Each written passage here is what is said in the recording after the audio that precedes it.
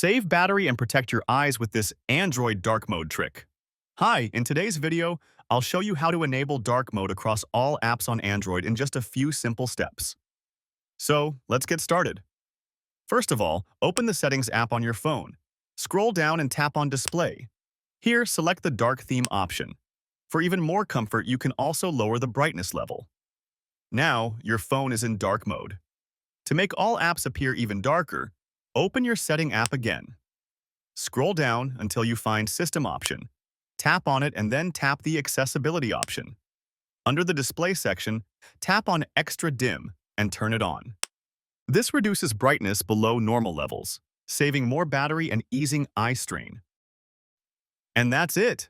Your apps are now darker, easier on the eyes, and more battery-friendly. If you found this video helpful, don't forget to like, subscribe, and hit the bell icon so you never miss future tips. Thanks for watching, and I'll see you in the next video.